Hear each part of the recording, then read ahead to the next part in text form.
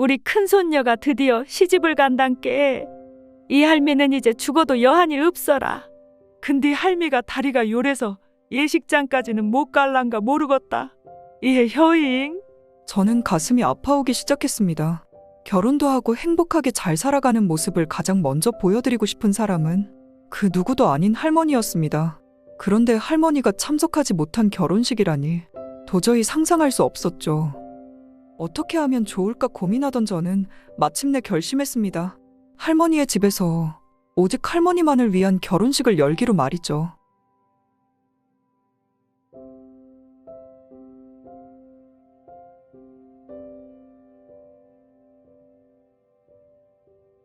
아버지는 제가 2살 무렵 공사장에서 일하시다 그만 사고로 돌아가셨고, 어머니는 갑상선암 때문에 요양을 떠나셔야 했습니다.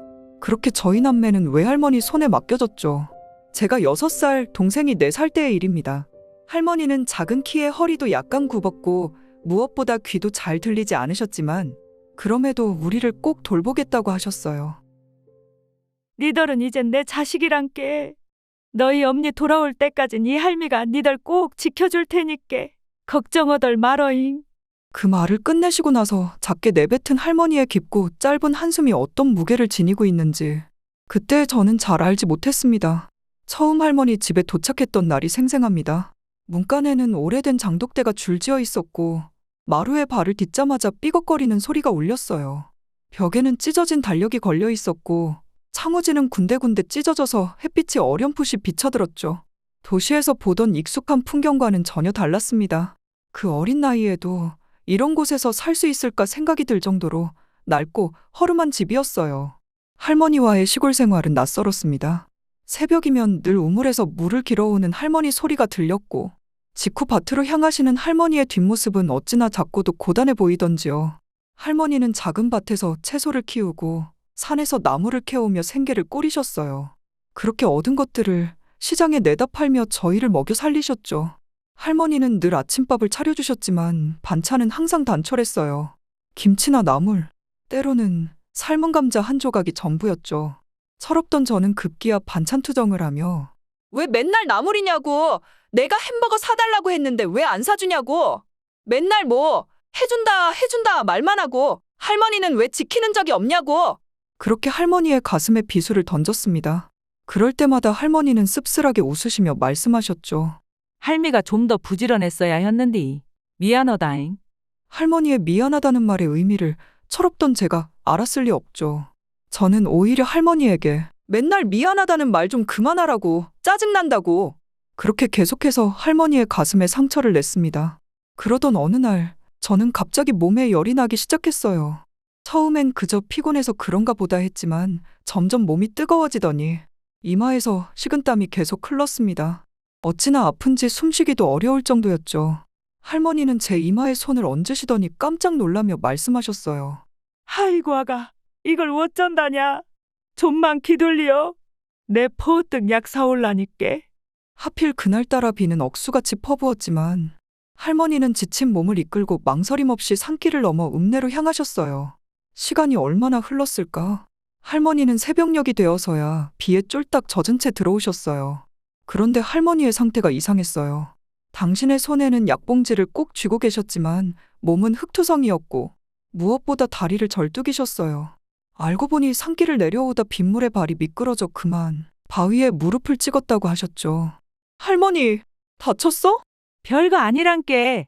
한숨 푹 자고 일어나면 나을 거여잉. 그나저나 아가, 이거 약인께 퍼뜩 묵으라잉. 묵으면 바로 괜찮아질 텐께. 할머니는 다친 다리 따위는 대수롭지 않다는 듯 저보고 얼른 약을 먹으라며 건네주셨죠. 그리고선 그 차가운 손으로 제 이마를 짚으셨습니다. 할머니의 손은 차가웠지만 이상하게도 제 마음은 포근해지는 것만 같았습니다. 약을 먹고 상태가 좀 괜찮아진 저는 새벽에 잠에서 깼습니다. 하루 종일 자서 그런가 잠이 오지 않았던 저는 물을 마시기 위해 거실이라고 부르기도 민망한 작은 공간으로 나왔는데요. 그곳엔 할머니께서 괴로운 신음을 삼키시며 다리를 주무르고 계셨습니다.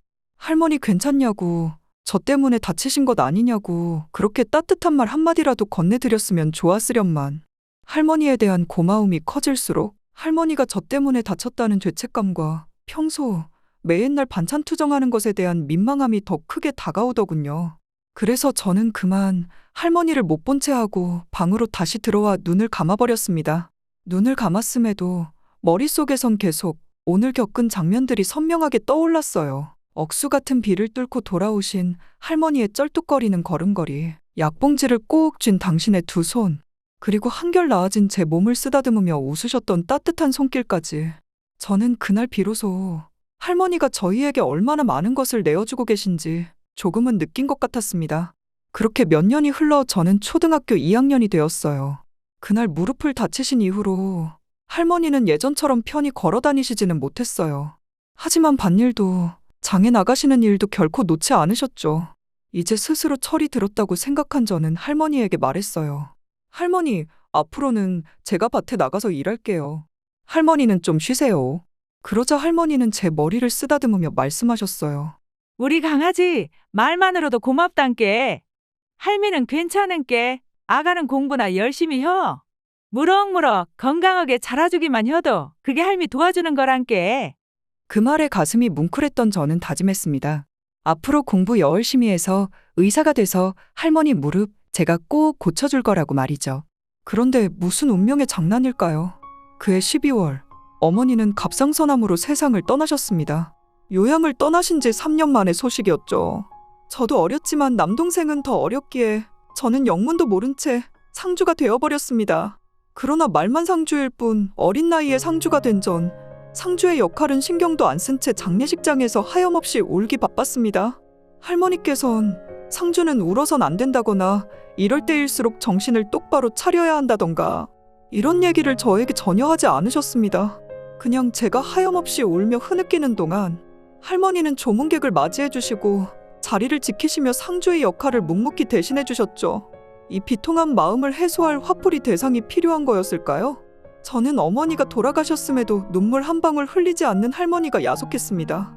괜히 할머니에게 애먼 화풀이를 하기 시작했어요. 지금 엄마가 돌아가셨는데 뭐가 그렇게 담담하냐고. 조문객 맞이할 때 감사하다고 말하면서 웃지 말라고. 말도 안 되는 트집을 잡아가며 속안의 한 대를 개원했죠. 할머니는 그런 저를 꼭 끌어안으며 말씀하셨습니다. 미안여다 불쌍한 내 손녀. 할미가 참말로 미안여다. 저는 그런 할머니에게 미안하단 말 좀 그만해! 하고 소리를 빽 질렀습니다. 그런 제게 위로한답시고 할머니는 네 어엄니가 하늘에서 다 지켜보고 있을 텐께 다 괜찮을 거다잉. 너희는 이 할미만 믿으면 된다잉. 하고 말씀하셨죠. 그렇게 말씀하시는 할머니를 보자 위로가 되기는커녕 저는 더 짜증이 치밀어 올랐습니다. 괜찮긴 뭐가 괜찮단 건지 계속 화가 났지만 돌이켜 생각해보면 제 진짜 속마음은 이런 상황에서도 아무것도 하지 못하는 무기력한 자신에 대한 분노였던 것 같습니다. 이제 스스로도 꽤 철이 들었다고 생각했는데 철이 들긴커녕 제 앞가림도 제대로 하지 못한다는 사실이 너무나도 괴로웠죠. 어머니가 돌아가신 후 저는 점점 더 엇나가기 시작했습니다. 다음 해에 학교에서 운동회가 열렸는데요. 할머니는 흰 고무신을 신고 촌스러운 모자를 쓰신 채 학부모로서 참여하셨죠. 초라한 행색의 할머니를 친구들에게 소개하기 창피했던 저는 고개를 푹 숙인 채 옆에 계신 할머니를 투명인간 취급했습니다. 옆에 계시지만 저희 할머니가 아닌 척했던 거죠. 할머니는 그런 제 마음을 아셨는지 이내 소지품을 주섬주섬 챙기시더니 제 바로 한 칸 뒷자리로 옮겨 앉으시며 저와 일행이 아닌 척 거리를 벌려주셨습니다. 아무리 철없던 저였지만 할머니를 부끄러워한다는 제 마음을 할머니가 눈치채신 것 같아 그게 너무 미안해서 가슴이 덜컹했고 그럼에도 차라리 혼자 있게 돼서 쪽팔리지는 않을 수 있어 다행이다 라는 생각을 동시에 하며 저는 혼란스러웠습니다. 친구들이랑 웃고 떠드는 동안 제 뒤에 앉은 할머니가 계속해서 의식되었지만 모른 척 외면했습니다. 보호자와 함께 참여해야 하는 경기 땐 가족들 바빠서 아무도 못 왔다고 거짓말하는 제 자신이 스스로도 참 부끄러웠습니다. 그렇게 운동회가 끝나기 15분 전쯤 할머니는 주섬주섬 짐을 챙기시더니 저보다 먼저 집으로 귀가하셨습니다. 휴, 다행이다. 집 갈 때 할머니랑 같이 가면 창피할 뻔했는데 진짜 다행이다. 철없던 저는 이렇게 생각했습니다. 저에게도 일말의 양심은 남아있었던 걸까요? 그날 저녁 집에 돌아온 저는 할머니의 눈치를 살피기 시작했습니다. 할머니는 아무 일도 없었던 것처럼 운동회 어땠냐잉? 배고플 텐께 할미가 저녁 차려줄 텐께 얼른 먹자잉. 하고 저녁상을 내오셨고, 그런 태연한 할머니의 모습을 보자 더욱더 죄책감이 든 저는 마침내 할머니를 향해 입을 떼었습니다. 할머니, 오늘 운동회 와주셔서 감사해요. 제가 친구랑 노느라 바빠서 할머니 먼저 가신 줄도 몰랐네요. 저는 할머니와 눈을 마주치지 못한 채 스스로 생각해도 말도 안 되는 거짓말을 했고, 그런 제게 할머니는 이롭다. 신경 쓰지 말어라. 하이고 우리 손녀 친구들이랑 아주 잘 지내는 것 같아? 이 할미가 뿌듯하다 그려잉. 하셨고, 저는 어리석게도 휴, 할머니가 내 말을 믿으시는 것 같아 다행이다 하고 생각했더랬죠. 그렇게 며칠 후 어느 날 할머니는 고열에 시달리셨습니다. 퀭한 눈밑과 떨리는 몸, 열로 빨갛게 상기된 얼굴, 눈치가 없던 제가 봐도 한눈에 알 수 있을 만큼 할머니의 안색은 좋지 않으셨죠. 저는 근처 약국에서 해열제와 감기 몸살약을 사왔고, 할머니는 고맙다며 우리 손녀 덕분에 이제 괜찮아졌다고 말씀하시며 갑자기 그 아픈 몸을 이끌고 일을 나가려고 하시는 게 아니겠어요? 몇 번의 만류에도 말을 듣지 않는 할머니에게 저는 화가 치밀어 올랐고, 그렇게 전 그만 입에 담아서는 안 될 말을 해버리고 말았습니다. 좀 쉬라고! 제정신이냐고! 솔직히 많이 벌면 몰라. 일 나가서 그거 몇 푼이나 번다고 그렇게 고집 부리는 거냐고.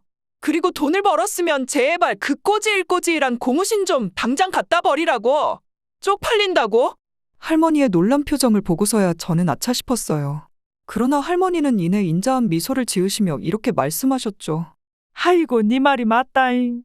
그러면 오늘 거정 좀 쉬어야겠다. 할미 걱정도 다 해주고 우리 강아지 다 컸다잉. 그렇게 말씀하시는 할머니는 평소와 달리 많이 지쳐 보이셨습니다. 그날 밤 저는 자다가 새벽에 깼습니다. 바로 옆에서 들려오는 할머니의 흐느낌 소리 때문이었지요. 할머니는 소리를 최대한 삼켜 숨죽여 울고 계셨지만, 할머니와 나란히 누워 자야 하는 좁디 좁은 단칸방은 그 울음소리를 감춰주기엔 너무나 작았습니다. 저는 못 들은 척 이불을 뒤집어 쓰고 눈을 감았지만 이내 가슴이 찐하게 아려왔습니다. 그동안 제가 외면해왔던 할머니의 수많은 감정들이 제게 물밀듯 몰려왔어요. 딸을 잃은 비통함, 그럼에도 손주 앞이라 억지로 쓴 강인함이라는 가면, 그렇게 억척스레 살아도 손주 맛있는 것 하나 마음껏 먹게 하지 못하는 손주들에 대한 미안함, 무엇보다 당신 마음 그 누구로부터 위로받을 수 없다는 그 사무치는 고독함, 장례식장에서조차 눈물 한 방울 흘리지 않은 우리 할머니, 딸을 잃은 어머니로서의 슬픔과 우리를 지켜야 한다는 책임감 사이에서 당신은 얼마나 힘드셨을까요? 또 운동회 때 자신을 부끄러워하는 손녀를 위해 한 걸음 떨어져 손녀를 지켜만 봐야 했던 그 마음은 대체 어떠셨을까요? 할머니는 그럼에도 여전히 저를 사랑하실까요? 혹여나 이 못난 손녀 원망하고 싶지는 않으셨을까요? 저는 소리 죽여 흐느끼는 할머니를 꼭 껴안고 같이 목 놓아 꺼이꺼이 울었습니다. 할머니 미안하다고, 못된 말해서 미안하다고, 나 때문에 무릎 다친 거 미안하다고, 운동회 때 모른 척한 거 미안하다고, 그냥 다 미안하다고, 그리고 사랑한다고 말이죠. 그날 어린 저는 또래보다 조금 일찍 철이 들고 말았네요.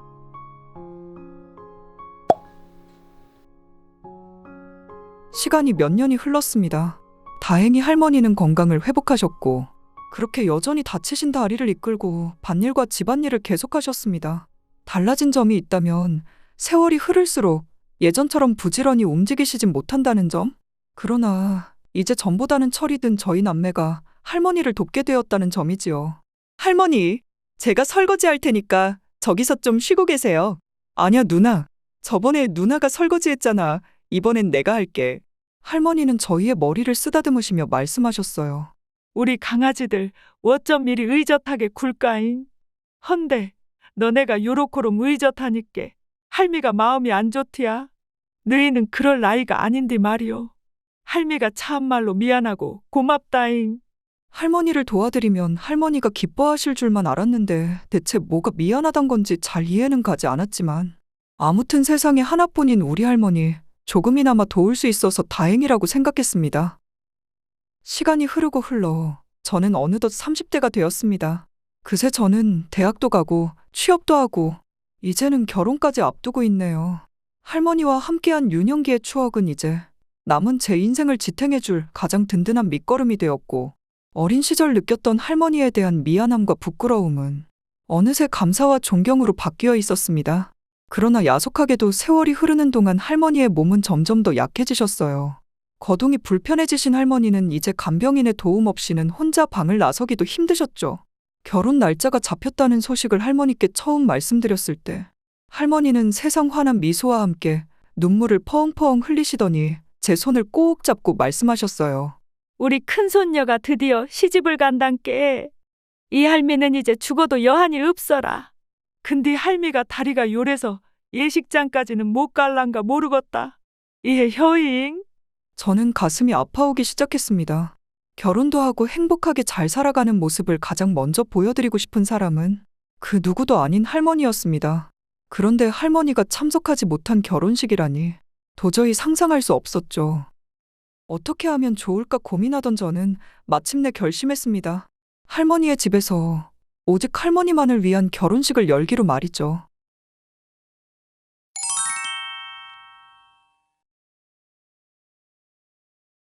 할머니만을 위한 결혼식 계획을 동생에게 말했더니 너무 좋은 생각이라며 흔쾌히 사회자를 맡아주겠답니다.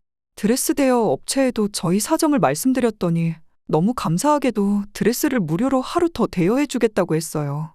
축가는 저랑 남편이 직접 부르기로 했고, 그렇게 세상에서 제일 작은 결혼식에 모든 준비가 끝났죠. 당일 아침이 되었습니다. 그날 할머니의 작은 방은 세상에서 가장 웅장한 결혼식장으로 다시 태어났습니다. 그 웅장한 식장은 작은 꽃다발과 카메라 하나가 비좁게 놓인 그 방 안에선 잔잔한 웨딩 음악이 은은하게 흘러나오고 있었고, 그 안에는 세상에서 제일 아름다운 당신이 앉아 있으셨죠. 연분홍빛 한복을 고급게 차려입으시고 미리 방문한 메이크업 팀한테 화장도 정성스레 받은 할머니는 마치 봄날 한 송이 꽃처럼 아름답게 피어나셨습니다. 평생 소박하게 살아오신 할머니였지만 그날만큼은 그 어느 때보다 은은하고 우아하게 빛나는 수줍은 신부 같으셨죠. 아이고야, 이게 뭔 호사단가잉? 너무 좋아서 어쩔 줄 몰라 하시는 할머니의 소녀 같은 모습을 보고 저도 동생도 눈시울을 붉혔습니다. 저리 좋으실까? 그동안 더 좋은 것 해드리지 못해 미안하다는 마음이 들었지요. 다음으로 세상에서 가장 아름다운 우리 할머니를 향해 신부가 입장합니다. 신부 입장. 동생의 힘찬 신부 입장 구령과 함께 저는 웨딩드레스를 입고 할머니 앞에 섰습니다. 저는 할머니에게 손을 내밀었어요. 할머니, 걸으실 수 있으시겠어요? 제가 부축해드릴게요. 할머니는 그런 저를 바라보시더니 한참을 말없이 눈시울을 붉히시곤 떨리는 손으로 제 손을 잡으시며 말씀하셨어요. 내가 이런 걸 누려도 되는 사람인가잉? 못난 할매가 무엇을 해준 게 있다고 이렇게까지 해불고. 내 손녀 진짜 멋지게 커불었어. 고맙다잉. 참말로 고맙다잉. 저는 눈물이 터져 나오려는 걸 꼭 참은 채 준비해둔 서약을 천천히 읽어나갔습니다.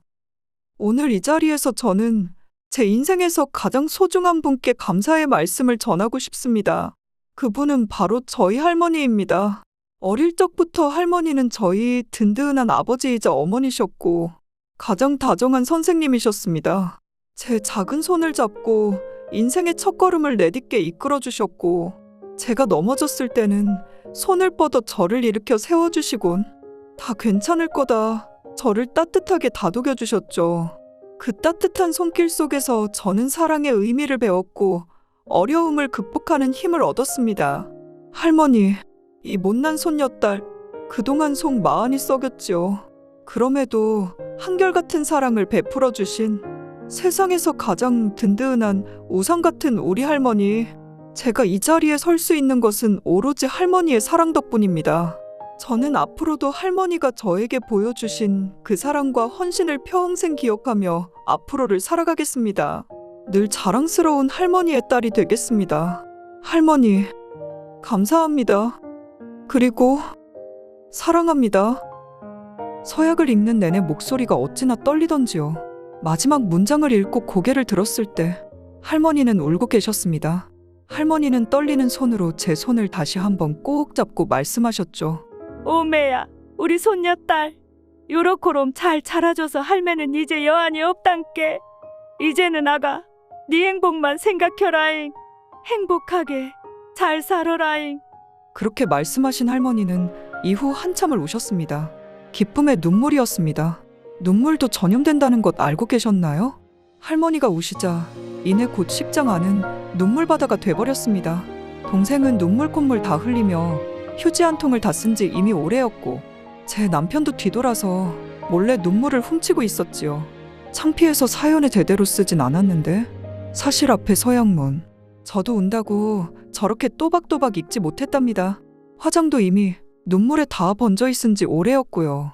아무튼 그렇게 세상에서 가장 작은 결혼식은 세상 그 무엇보다 성대하게 마무리되었습니다.